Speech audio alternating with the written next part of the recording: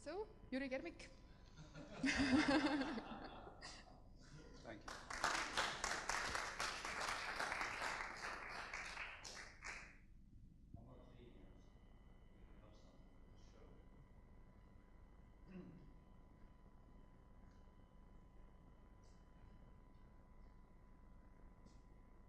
Yes, thank you very much for a nice introduction, and I hope to keep my time, which is 1 hour exactly. I've got some notes here to help me through this, but also there are a couple of things I might need to read out from papers we've written together with a couple of colleagues back in England. And I'll show some pictures to you.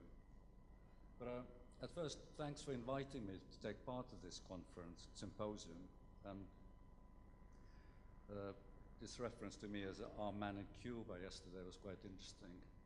And I think, and as part of this introduction, yeah, I have to acknowledge I have been jumping ships quite often, both in terms of countries and disciplines.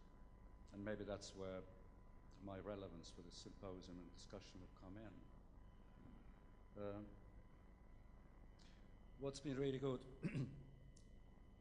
to me personally that I somehow have been able to stay in touch with this place. And yes, starting my first degree in 1979 in Tallinn, interior architecture, studying with Vello, Asi, and Väinö Tamm, with colleagues Eero Jürgenson and Toivo Raidmets, same year group. Eero was actually a year younger than us. It's good to be back. And Eero brought me this today, which is just a little reflection of the stuff which actually kept me in England for a bit longer, and maybe was part of the reason I didn't come back straight away. Because the project I did, the PhD at Royal College, was about Estonian manufacturer, Firma. They became worldwide very successful in their production. And when I went to London, I discovered that what we knew about them was one history, but there was actually another history which we didn't know about. So the PhD for me became an attempt to put those two histories together, the Western viewpoint and what we saw from here, from inside.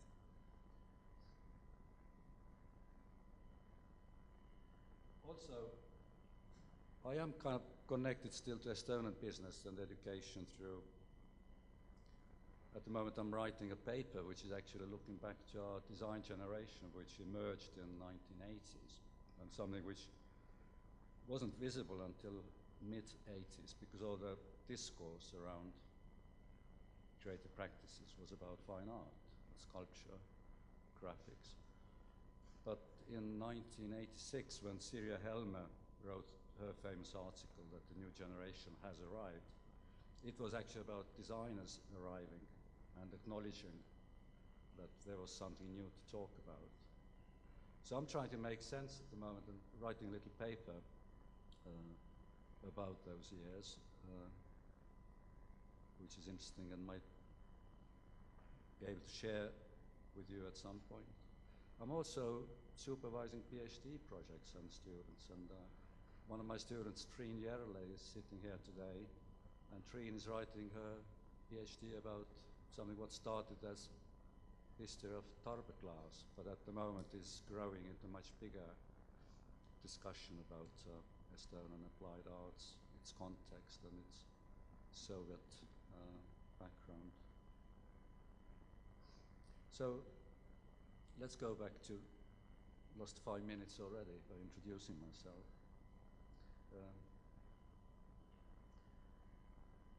This is the theme of the conference, and I put up the questions the organizers are actually asking from us, topics to cover and topics to discuss.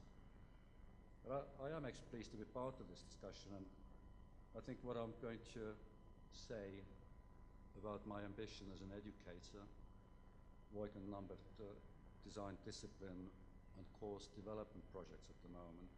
Perhaps my input would be relevance mainly in the bottom two, hopefully some relevance to others as well.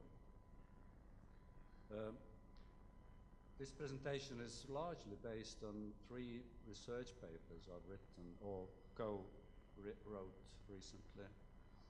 I kind of came back home in Brighton by having taught 5 years in architecture department. There was a post available for 3-dimensional design and craft, so I became a program leader. And it was a very interesting time when we discussed the opportunities, possibilities, what to do about design and craft in the same building, because they were so opposite, they were so conflicting in their way of teaching, even if the collective of teachers was the same. So that was an interesting time, and it became a paper about their relevance and relationship together. And then the most recent project of mine, which was about the program called Design Futures, what became a much bigger project, and it started in 2012 when I was asked to write a new curriculum model for a design course which would be a bit more open and would allow to develop more interdisciplinary connections, but also to, in some ways, to respond to criticism from the industry, from design commentators, that design education as it is and traditional ways of teaching aren't really able anymore to deliver and educate designers to solve complex problems. Now, before I go to what Design Futures is aiming to do and what our ambition is, I'll just introduce you to a kind of concept which came out of those very interesting discussions with colleagues. I wasn't doing it on my own.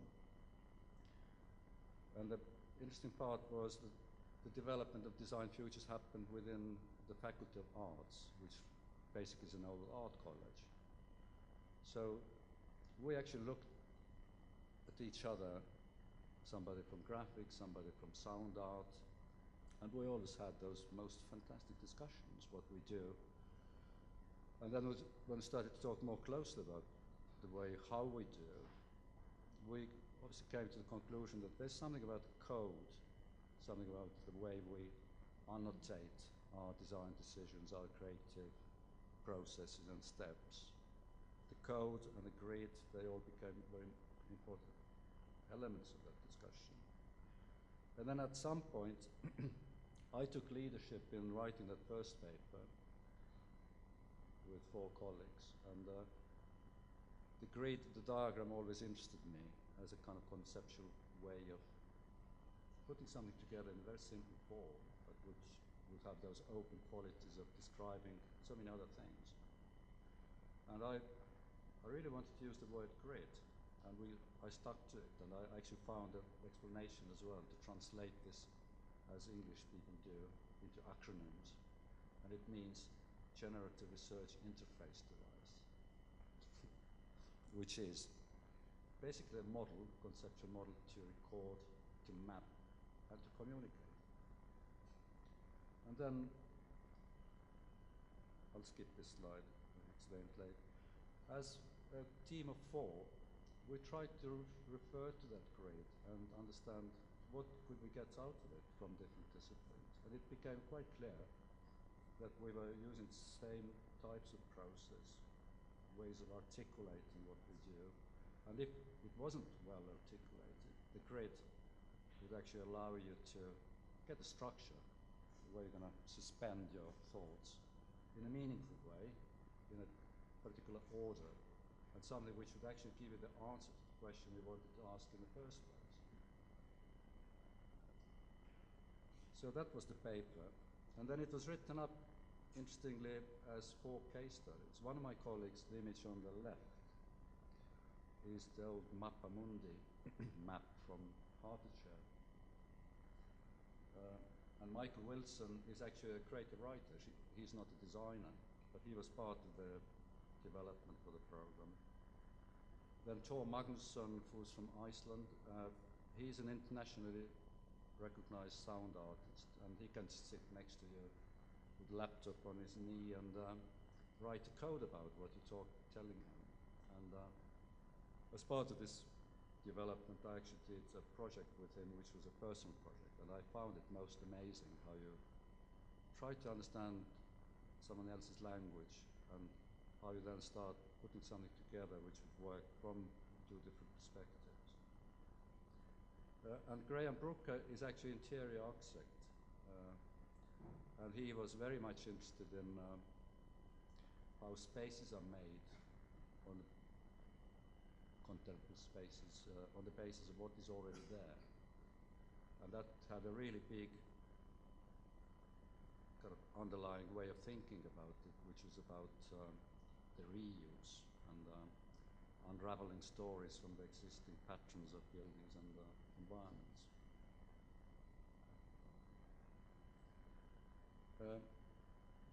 I'm not going to read out, even if Michael really writes beautifully.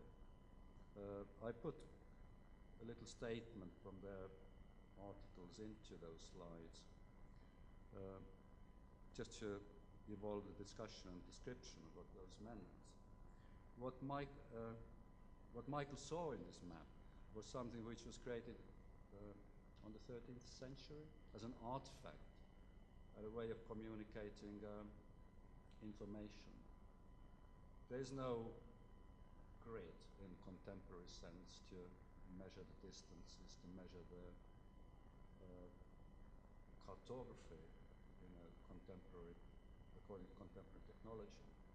But there's a narrative, and the way it's been presented to the audience, and the contemporary person who would have read that map would have been able to stitch together their own story, whatever they were looking in that map. So it had that quality of information being laid out in a system. The system was given over and possibly used by the reader in a different, unique way.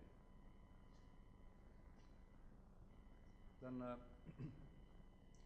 Tor, obviously being the musician, sound artist and really excellent code writer, was concentrating on what the code meant in contemporary design.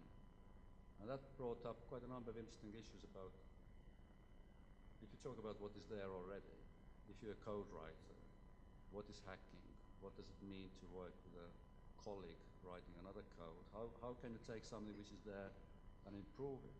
So interesting questions about authorship, and how do you claim your ownership of what you're interacting with? How you unravel your own story out of it.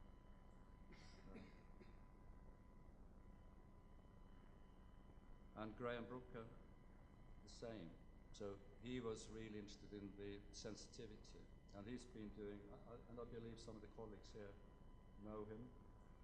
He's currently running a school in Goldsmith, and interesting development of a new design school which combines fashion and interior architecture.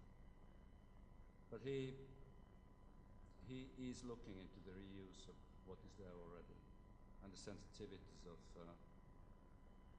effectively asking students to write a narrative about the environment they operated from. It's kind of black hole, which Cecil Balmont, an interesting engineer, he's not a designer, he's not an architect, but he can write about design process in a very sensitive, very poetical way.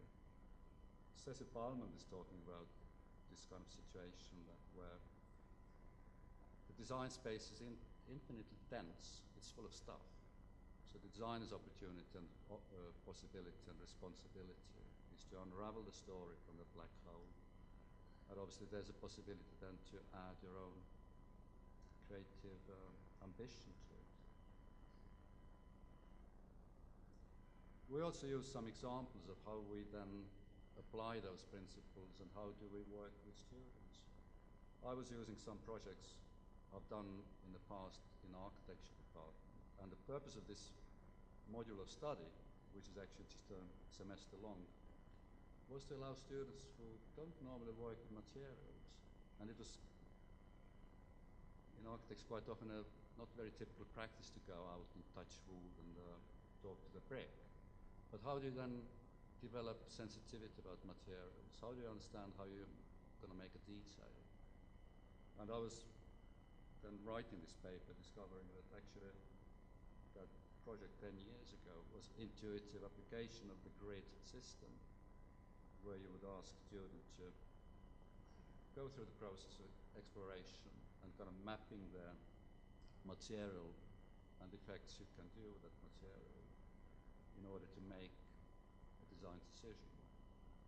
This project, and I would call this an analog, which is carried out in a small scale as a model, was made with wax, but actually the project was about concrete. But to reveal the properties of concrete, you would start mapping the qualities to understand what concrete is. It's a liquid stone. So in order to predict and script the narrative, how the material then takes its own form, you need to understand where you're putting it. So we conceptualized the form making. If you put weight into the membrane, what shape the concrete would go, and ideas about describing the journey within almost like a scaffolding of the building site in order to determine the final outcome. Quite abstract exercises and mind-bending exercises for some students. But it was done in order to avoid a situation where a student would tell you, I want to make a chair. But then you say, hang on, let's talk about the parameters first. What is the chair for? What is it? Do you need one altogether? What are the materials? And then how are you going to make it? So pushing it back to asking the question, not having a blindfold situation where you're just running towards a solution you already knew before you asked the question. A couple of other examples of the work done 10 years ago. But now, my really personal interest and jumping the ship from one discipline to another, I was graduated as interior architect, but I really got engaged with furniture design. And given the recession in Finland, ended up in London writing and studying business history, trying to understand and relate the business history to art history and design history. But then also as a teacher, as an educator, from disciplines of architecture, interior architecture, to craft and design, and now thinking about what future design education might look like.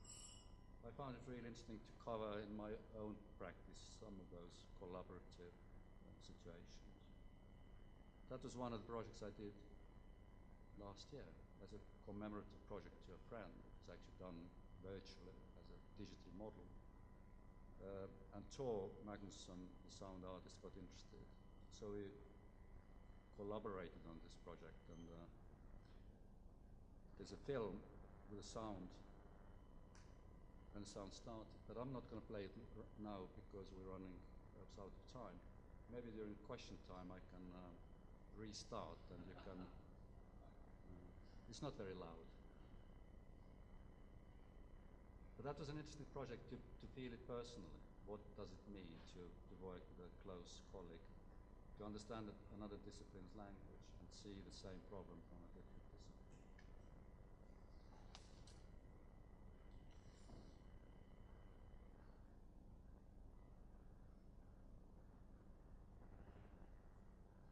Now, coming back to mapping, there's a quality to mapping, and obviously in order to map, we're kind of trying to understand what we're mapping it for, and we're using certain instruments. Mappamundi obviously was done with the technology in hand, then the technology is moving forward. What we can see now, what's happening, we can map so accurately. The overlaid image on this old map is actually NASA interactive map of flight path over the Europe air zone. We can map birds' migration from Holland forest to Africa, a couple of birds taking off together, getting lost, coming back and meeting up again a year later. So we can map everything with current technologies and the state of art. But the question really for design comes, And in order to identify what we're trying to resolve, what is the problem, is the quality, different quality of thinking. There's one of my favorite writers, Borges, was writing that he had an essay about an emperor who had a team of cartographers, and he sent them out and asked them, make me a map of my empire.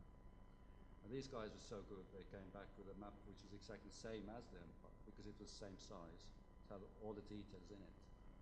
And it was a useless map, because it didn't have a purpose other than satisfaction of the empire. But possibly the cartographers got it wrong, what the task was.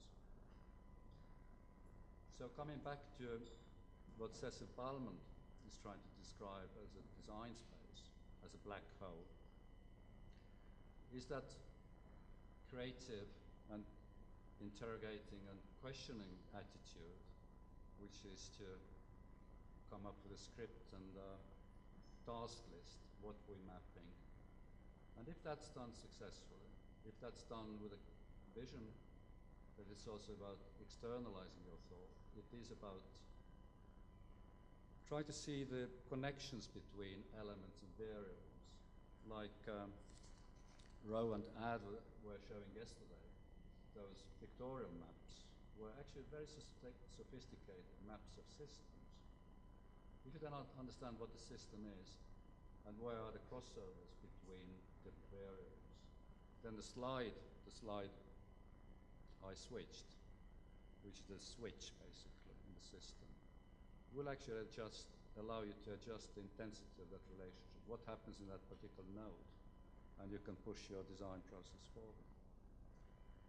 This picture is actually somebody who's unraveling his narrative every single day. And I can see this guy from my window in Brighton.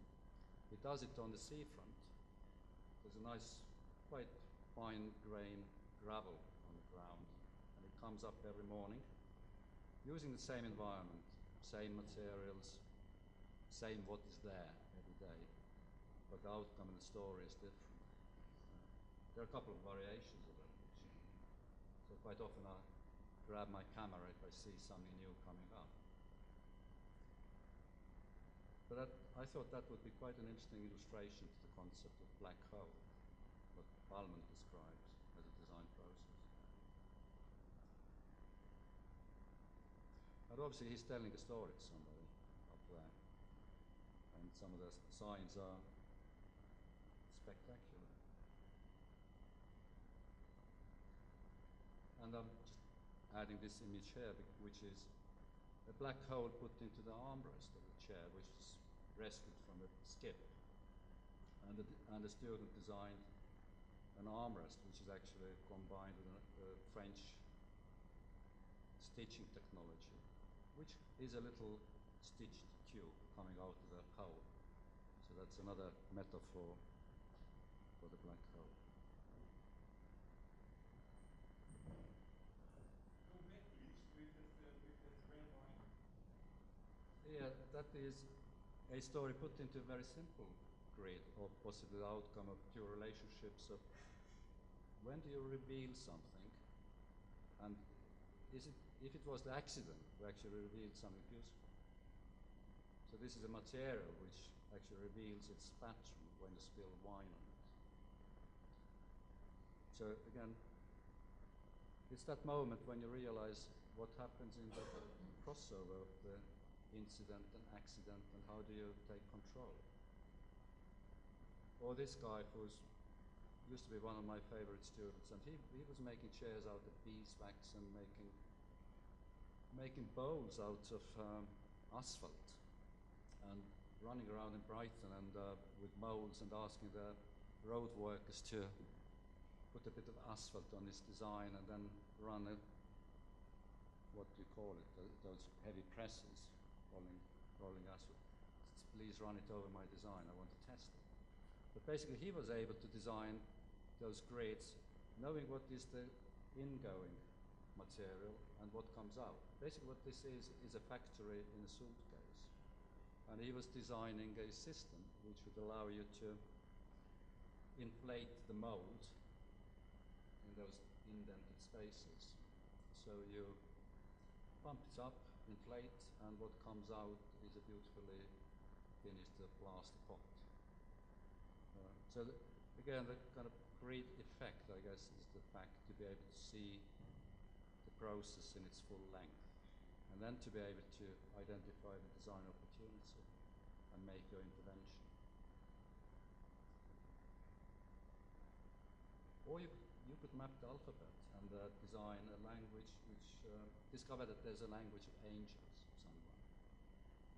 Anyway, that's old and historic. Now, second part of my talk was meant to be about the program Design Futures, which includes some of the principles about the grid.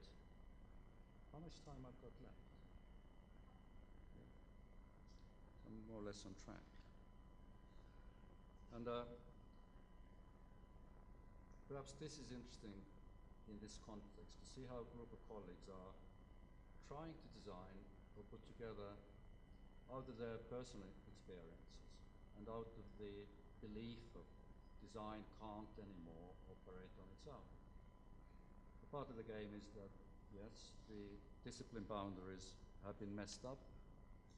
You have graphic designers who claim to be graphic designers and might keep the discipline or the course very tightly together and not want to have much openness and discussion with colleagues in different departments. Then again, there might be a student who would like to make a film, and it happens more often and more often. What happens then is actually the effect of amateurish education, because the people teaching graphic design don't know about filmmaking. They might know on the anecdotal level. But rather than letting that student to go and talk to a proper filmmaker who's running the course next door, everything was and tends to be done, we can do it in-house.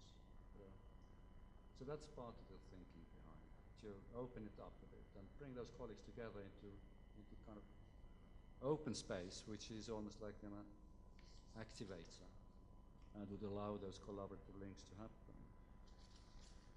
There was another one which was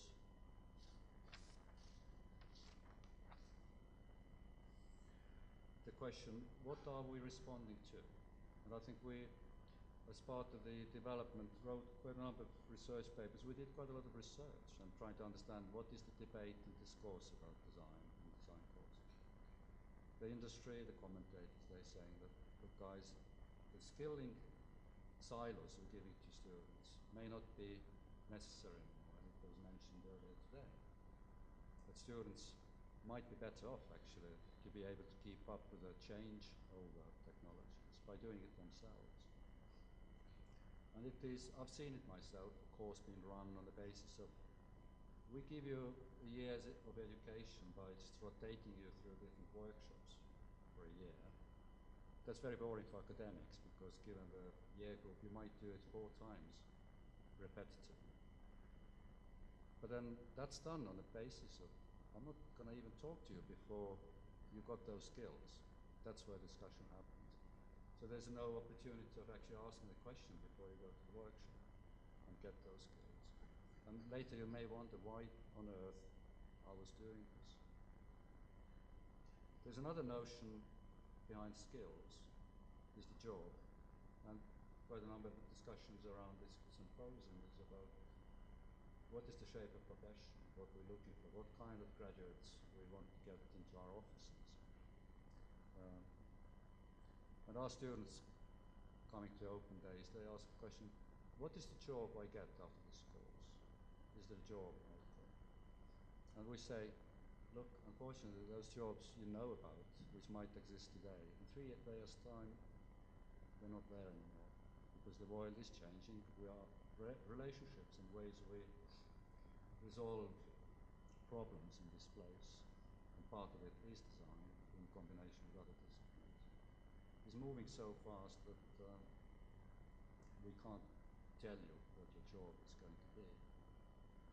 So some of those principles we try to build into the program shape, including the fact that by inviting external partners along to do projects with us, having discussions and launch events, we put students actually into those environments already as part of their learning. And through those networks, through personal connections and showing their talent, they're actually designing the job rather than aiming to something which is not there when you get there yourself.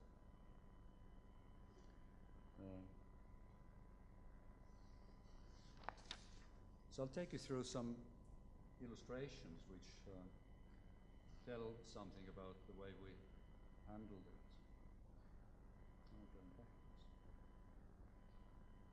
Yes, we've done it in the art college context.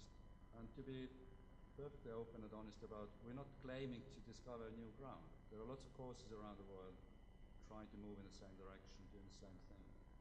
But also every course is unique in terms of where it's coming from, where it's starting from also. And you have to consider the shape of the current discipline structure in place. So Brighton University has sucked in what used to be an old art college, 150 years old now. And it was, actually this image is taken from the demolished building.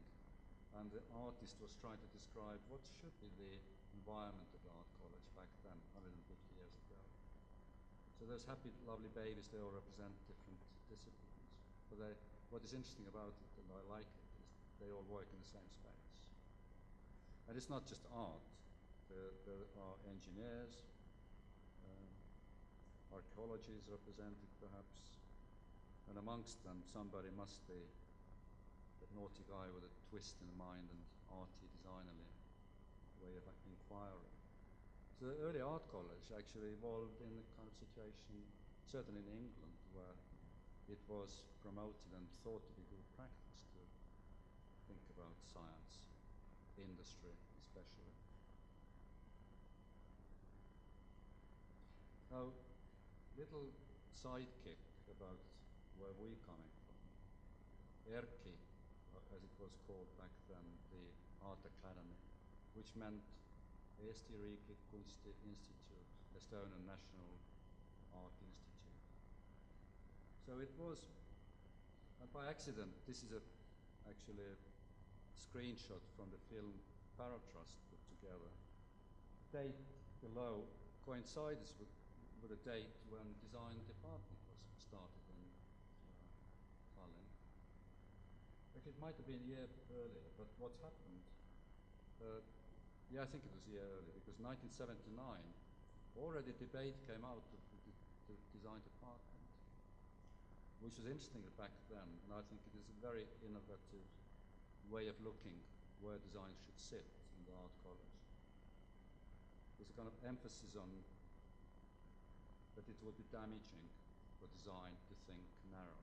It has to open up, and it's the biggest pedagogical problem for the contemporary age to be isolated. I came across this as part of the paper I'm writing at the moment, and I really admire Mr. Tomberg, who was the front runner of that way of thinking. Mait Sumada, that was his very close colleague, part of the development. I guess design department back then and the way it spanned out over the years took slightly different trajectory from interior architecture. And I thought there were some really interesting things going on in design back then.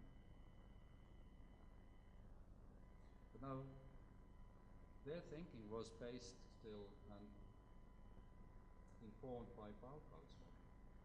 And obviously Bauhaus model for quite a long time remained the most beautiful and the most bulletproof way of providing that foundational study, which is at the core, where the designer, the naked architect, would get to know the materials, and then you grow outwards.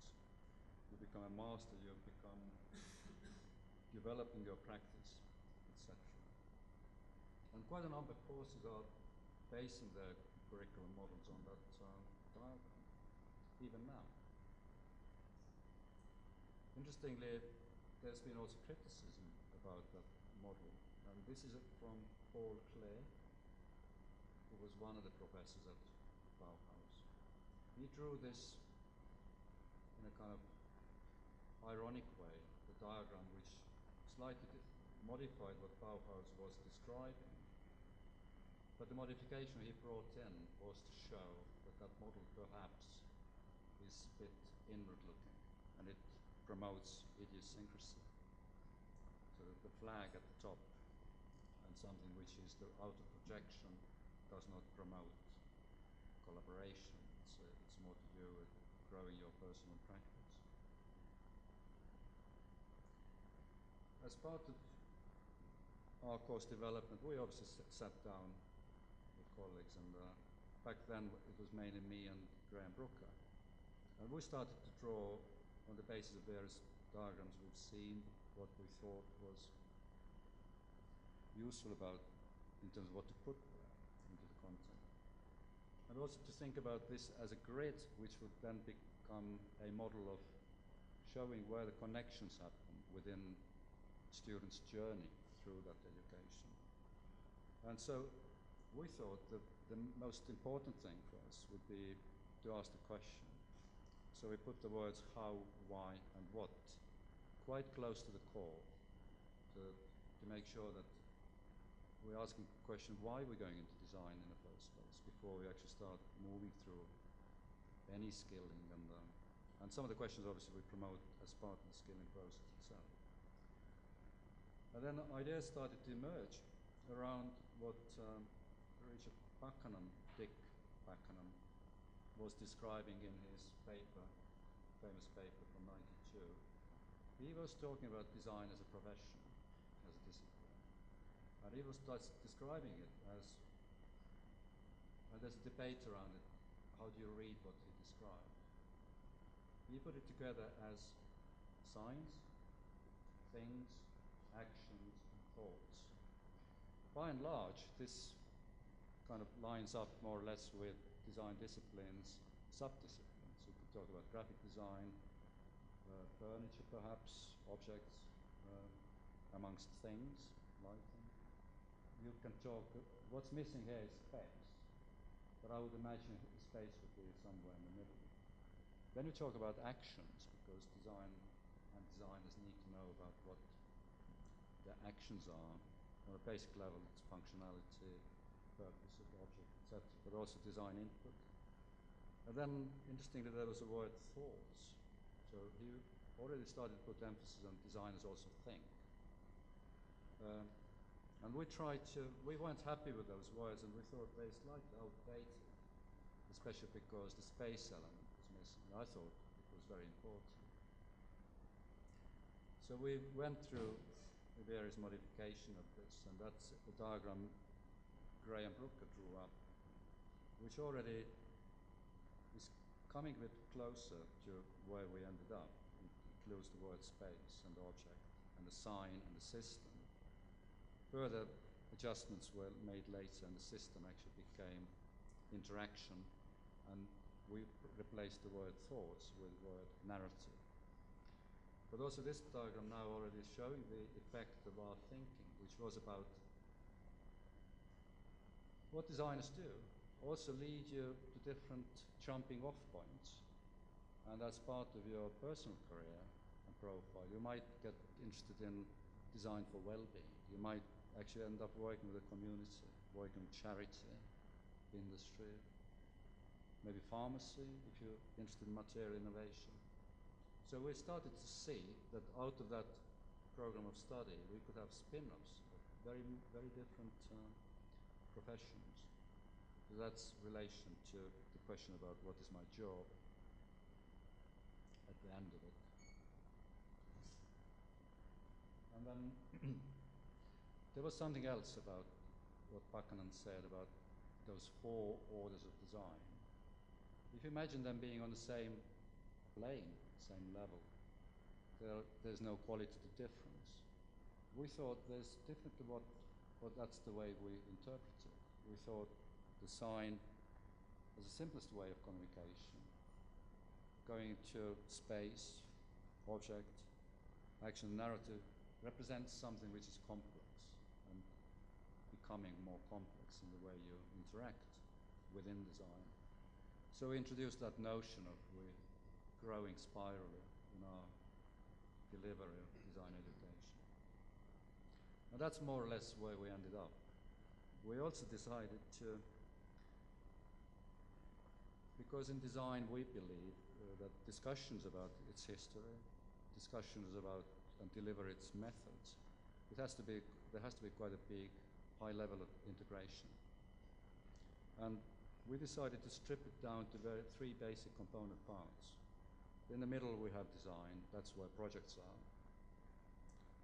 On the left, Norman in red, in our diagrams, we got context, which actually is delivered from in-house. We got a colleague who's a philosopher, design historian, graphic designer, and in conjunction with some invited lecturers, we can deliver this to guarantee that there's a perfect alignment with the project students are involved with at a particular moment. And then we separated out method, which at the basic level, first year of study perhaps starts with some skilling in relation to projects, not separately, as a list of stuff to do before we talk. And that method also would then start introducing ideas about research. What does that mean? And how do you then reflect on, in a kind of ongoing way about your study, record your thoughts, and then externalize. We actually made it compulsory to students, and that's part of the foundation of the course, that all work goes to a digital portfolio, so everything is online. And we just finished our first year of study. Now the next thing is to make these available for external world, as well as our next year's intake. The people who want to know who you are, they can have a look what we do. So it's almost giving external world instant snapshot, not exactly real time. Technically that's possible, but quite a close image what happened there yesterday, or what might happen there today.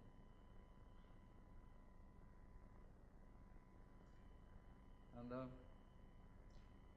hope you're still with me in terms of following this. What is then, I thought, the most critical element to put all this together to achieve what's on that slide, and these are the spin-off areas where we think the jobs might sit, was to work with the real talent and expertise we have in Brighton. That expertise is about material innovation. We have track record of 10 years of working with medical school, of doing working with real life problems, arthritis, working with people wanting to know what human body looks like, so there's kind of visual effects, understanding of human body, as well as really trying to tackle user effects in terms of user-centered design. If you work with arthritis, it's not only just providing a thingy to exercise with, you also need to understand the user motivation. How do you actually encourage somebody to come across the stigma of objects related to illness and actually design those objects with the user rather than separately. We also have social innovations quite well advanced, and we have lots of community projects with Brighton Council. And interestingly, when we launched the first year of study, we actually invited some industry representatives, people from the council, people working with difficult youth, drug problems, alcohol problems, problems which are real for the city. Also local waste management, which actually led to the most fantastic project and a building which is built completely out of waste in the courtyard of our college. So the idea of those research clusters where real, I mean, I'm saying real, but researchers stroke academics operate their research, external partner, and now the student could be put together in a kind of triangular space where interactions start happening between them. And obviously then that means that that outer cloud of spaces is design ideas, well-being, materials, social innovation. They would become home spaces for design, like design hubs, where discussions could be had vertically across the year groups, so that first years could work together with PhD students, with academics, and share that excitement also horizontally.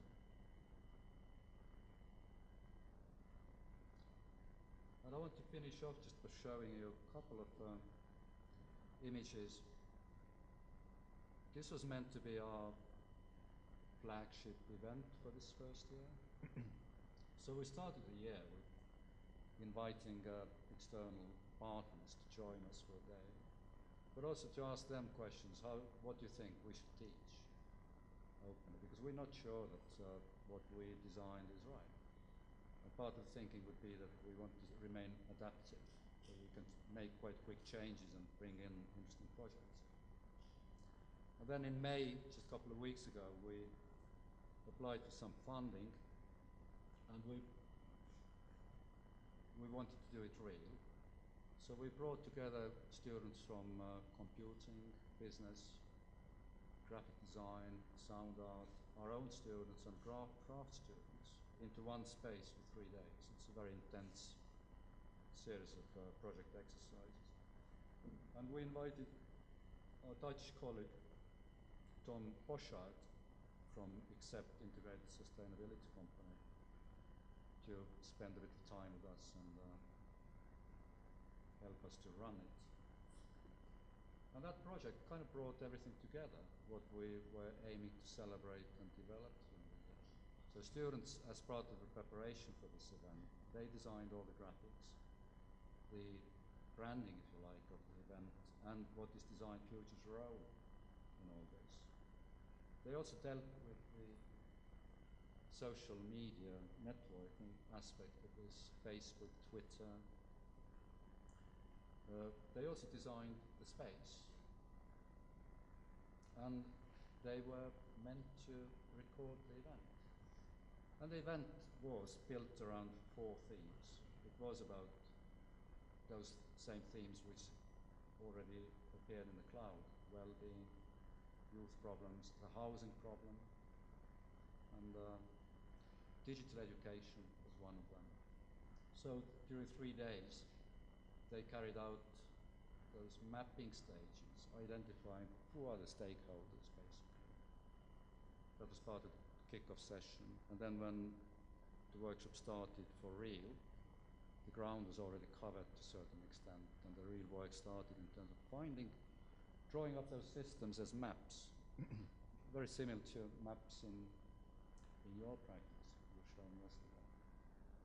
It's basically aimed to identify in the system something which is vulnerable and easy to change or try out in order to make a change to happen. So the outcomes in that sense were quite interesting. And the person who came in from the Housing Council was saying that he was so fascinated by the mapping and the possible outcome scenarios from it. With their funding next year, we can run a more focused project on that topic, possibly then with the same year group, and they see how that spiraling, getting a bit more complex should work. And that is the image from the last day of the event, where all those experiences were then shared with our friends in Brighton, in the industry and community. Thank you very much.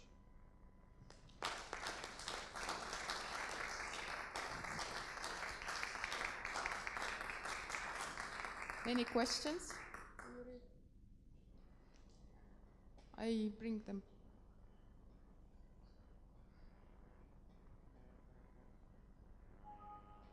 I have only one question, but this is not a good question. Maybe somebody has better.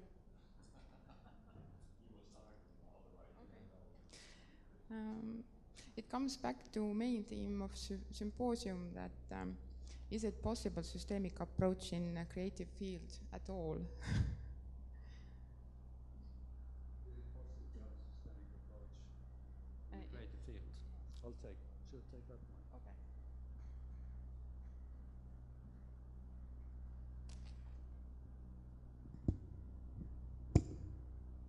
I think it is, and as promised, I put that film clip to run in the background. But I think that I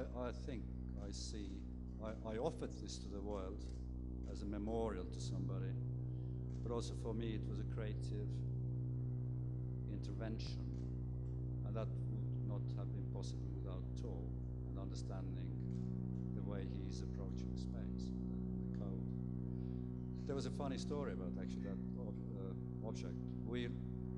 I've been a friend of Applied Art Museum for quite a number of years, but I wasn't sure how to launch that object because it's virtual. So we did put together a press release which should have been fired out from the Applied Art Museum, and they were very helpful helping me to do this and to send a link to YouTube where the film sits. And then it was picked up by a reporter from a classic radio, Estonian classical radio station. And the guy rang me.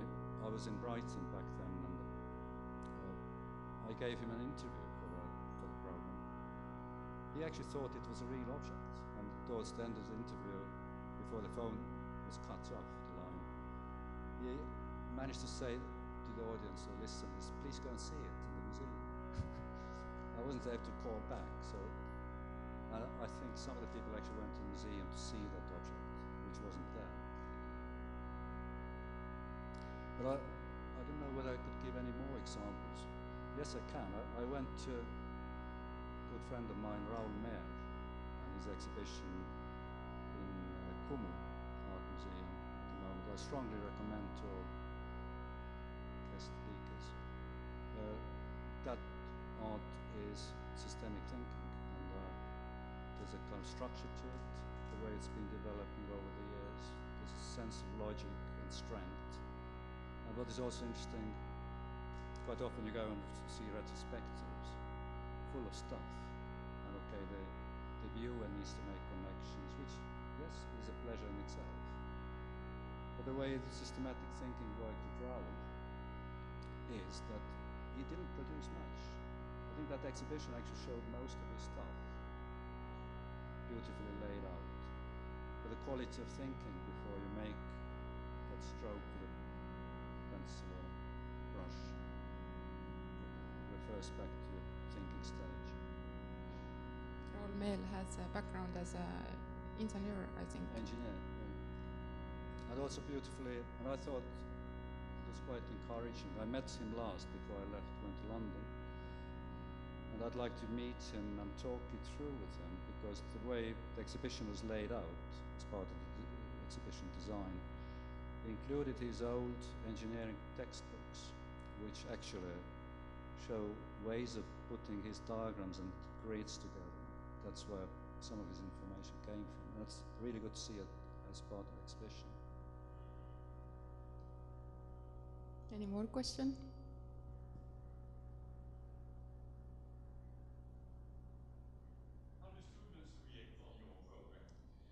Well, it's tough.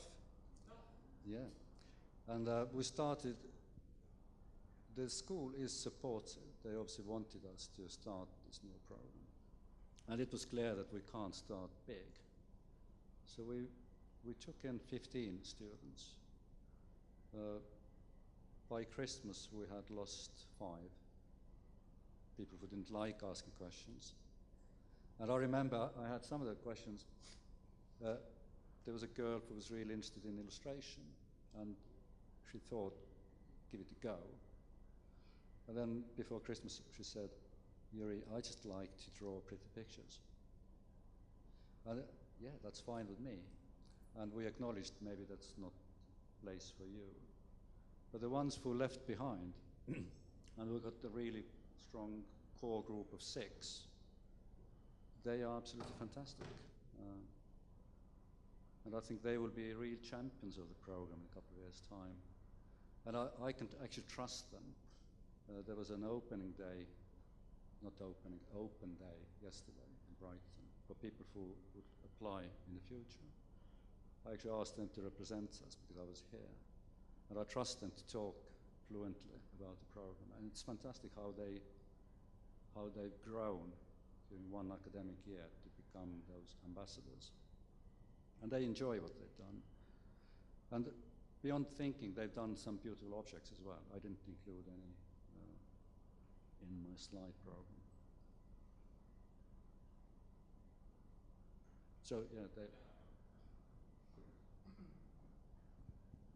So that was the students. I wonder how are you acknowledged among your colleagues then on the other faculties? how do I? How are you acknowledged among your colleagues on the other faculties then? Are you asking how I'm being Your seen? program, Yeah, how I are you guess seen? Are they thinking that it's just bluff, or are they thinking that it's something very useful? It's a tricky love and hate relationship, and it's very natural. Some colleagues obviously might feel threatened because by default, if something new happens and you're kind of claiming that I actually cover a bit of ground you cover. So there's always that little conflict involved. But then again, as part of development, we openly invited as many colleagues along as possible. And I think the most beautiful academic discussions I ever had were during those last 2 years of development. So yeah, in some ways I'm a troublemaker, but people are interested in what we're doing. Yeah.